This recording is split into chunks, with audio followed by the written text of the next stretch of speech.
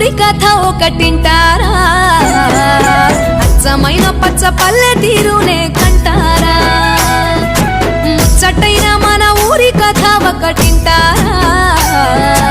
అచ్చమైన పచ్చ పల్లె తీరునే కంటారా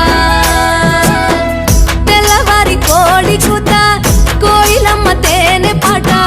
మంచు పూల